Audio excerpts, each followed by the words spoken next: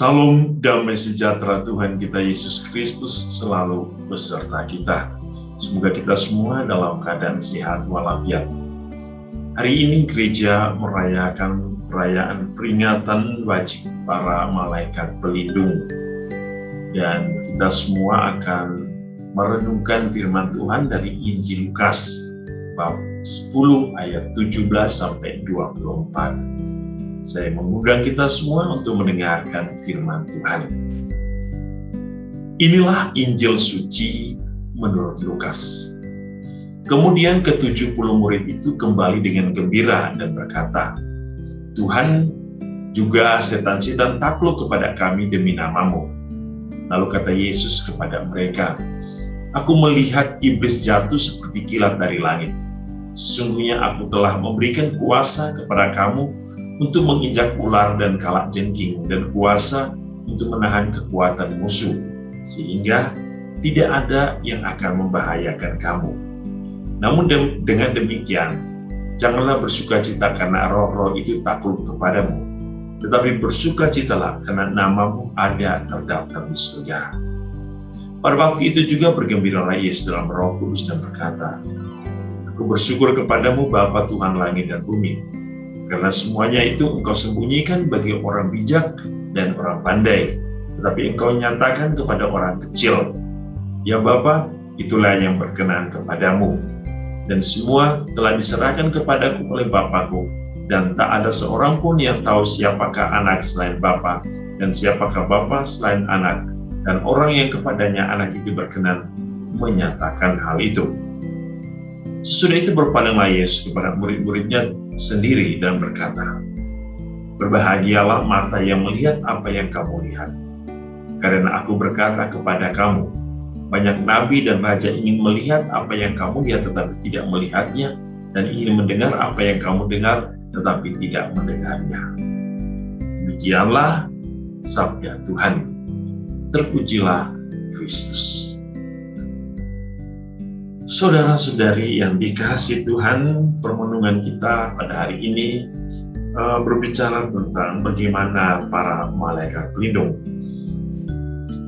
Dalam kitab suci, kita akan bisa menemukan beberapa catatan atau tulisan yang berbicara tentang malaikat itu sendiri, ya. Bagaimana para malaikat itu sesungguhnya tercatat dalam kitab suci. Dalam perjanjian lama, dalam kitab Mazmur bab 9 ayat 11-12 dikatakan begini, "Sebab malaikat-malaikatnya akan diperintahkannya kepadamu untuk menjaga engkau di segala jalanmu. Mereka akan menatang engkau di atas tangannya, supaya kakimu jangan terantuk kepada batu." Dengan demikian kita bisa melihat hal ini, bahwa malaikat itu diberikan Bapa kepada manusia, agar malaikat itu akan menjaga manusia, melindungi manusia, dan mengarahkan manusia terus berjalan dalam keselamatan. Dalam Mazmur bab 103 dikatakan, "Pujilah Tuhan, hai malaikat-malaikatnya, hai pahlawan perkasa yang melaksanakan firman-Nya dengan mendengarkan suara firman-Nya." Atau dalam perjanjian baru dikatakan dalam Injil Matius bab 18 ayat 10, "Ingatlah, jangan menganggap rendah seorang dari anak-anak kecil ini. Karena aku berkata kepadamu, ada malaikat mereka di surga yang selalu memandang wajah Bapakku yang di surga." Kita melihat bahwa gereja itu memberikan kita satu gambaran dan jawaban akan mungkin kebingungan kita, benarkah ada malaikat? Ya, kita selalu melihat malaikat itu selalu digambarkan dengan seseorang yang mempunyai sayap yang besar. Gereja Katolik memandang bahwa ada makhluk rohani tanpa badan yang oleh kitab suci biasa dinamakan malaikat, adalah satu kebenaran iman. Kesaksian kitab suci dan kesepakatan tradisi tentang itu bersifat sama jelasnya. Itu kita bisa lihat dalam Katekismus Gereja Katolik nomor 328 dijelaskan bahwa malaikat adalah makhluk yang memang ada, dan itu adalah makhluk rohani. Bahkan Santo Agustinus mengatakan malaikat itu menunjukkan jabatan, bukan kodrat. Nah, kalau engkau menanyakan kodratnya, maka ia adalah roh. Kalau engkau menanyakan jabatannya, maka ia adalah malaikat. Dan malaikat adalah pelayan dan pesuruh Allah. Itu bisa kita lihat dalam Injil Matius tadi bab 18. Lalu gereja juga mengatakan bahwa sebagai malaikat, sebagai makhluk rohani murni, mereka mempunyai akal budi dan kehendak. Mereka adalah wujud pribadi yang tidak dapat mati. Mereka melampaui segala makhluk yang kelihatan dalam kesempurnaan. Cahaya kemuliaannya membuktikan itu. Itu dalam Katekismus Gereja Katolik nomor 330. Jadi kita bisa melihat di sini bahwa malaikat diutus oleh Bapa sejak penciptaan dunia. Mereka sudah ada di sepanjang seluruh sejarah keselamatan.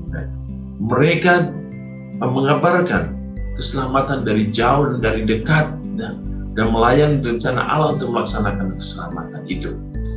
Oleh karena itu, saudara-saudari, pada perayaan para malaikat pelindung, tentu kita selalu mengharapkan dan kita selalu berharap bahwa para malaikat pelindung akan selalu menjaga kita, melindungi kita, agar kita tetap hidup di jalan Allah, di dalam kebenaran Allah itu sendiri. Dan itulah hal yang paling penting dari iman kita. Oleh karena itu, pada hari ini, pada perayaan malaikat pelindung, mari kita selalu bisa berjalan dalam jalan kebenaran. Dan mari kita memohon kepada Allah agar para malaikat itu akan selalu menjaga kita, melindungi kita, merawat kita, teristimewa dari kekuasaan iblis, kekuasaan yang akan menghancurkan kehidupan iman kita. Dan semoga hari ini bersama para malaikat pelindung yang kita rayakan, kita selalu di bawah perlindungan Tuhan, dan semoga para malaikat selalu menjaga kita dan kita selalu hidup di dalam kebaikan Allah, di dalam cinta Allah, dan teristimewa berjalan di jalan yang dikehendaki Allah sendiri, agar kita sampai kepada keselamatan itu, agar sejarah keselamatan itu terus berlangsung dan terus berlangsung dalam diri setiap orang beriman. Tuhan memberkati kita dan melindungi kita dengan kasih dan berkat-Nya yang melimpah. Dalam nama Bapa dan Putra dan Roh Kudus. Amin.